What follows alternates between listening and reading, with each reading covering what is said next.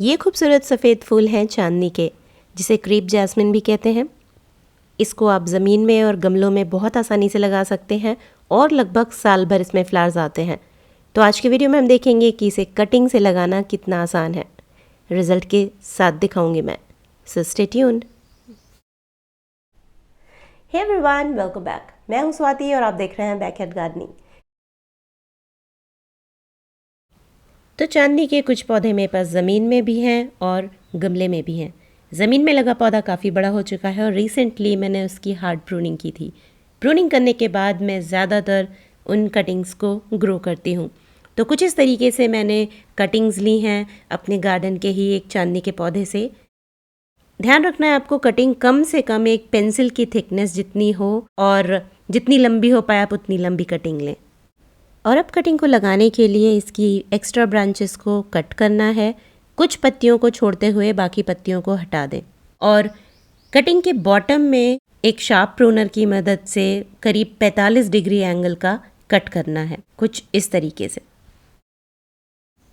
तो ये कुछ 5 लंबी लंबी कटिंग्स मैंने ले ली हैं। आप चाहे तो छोटी कटिंग्स ले सकते हैं, लेकिन ध्यान रहे कम से कम 8 से 9 इंच लंबी कटिंग ज़रूर हो आपकी। तो अब मैं इन कटिंग्स को इस रेक्टेंगल शेप के 10 इंच के पॉट में लगाने वाली हूँ। इसमें 50% गार्डन सॉइल है और 50% कंपोस्ट। अब कटिंग्स को नीचे की तरफ से कुछ इस तरीके से हल्का सा कुरेदना है, हल्का सा छिलना है। मैंडेटरी स्टेप नहीं है ये, लेकिन ऐसा करने से रूट जर्मिनेशन में थोड़ा सा प्रोसेस में तेज़ी आती है। अब हम बाकी कटिंग्स भी ठीक इसी तरह तैयार कर लेंगे। अब हमें चाहिए रूटिंग हार्मोन। बहुत आसानी से ऑनलाइन मिल जाता है और बहुत सस्ते भी होते हैं। हालांकि ये भी एक मैंडेटरी स्टेप नहीं है। अगर आप स्प्रिंग में और मानसून में किसी पौधे को कटिंग से लगाएंगे तो आपको रूटिंग हार्मोन की ज़रूरत नहीं है। अब कुछ इस तरीके से पाउडर निकाल करके उसमें कट किए हुए पार्ट को डिप करना है अच्छी तरीके से और कटिंग को आप गमले में या ज़मीन में बहुत आसानी से बस इंसर्ट कर दें। अच्छा, मैंने इसमें कोकोपीट इसलिए नहीं डाला था पॉटिंग मिक्स में क्योंकि कोकोपीट से थोड़ा फ्लफ़ी सा और सॉफ्ट सा हमारा पॉटिंग मिक्स तैयार होता है। और ये स्टिक्स को लगाने के लिए हमें थोड़ा सा हार्ड मीडिया चाहिए था जिससे कटिंग्स अपनी जगह से हिले नहीं। हालांकि आप चाहें तो सिर्फ मिट्टी में भी इस कटिंग को आसानी से लगा सकते हैं।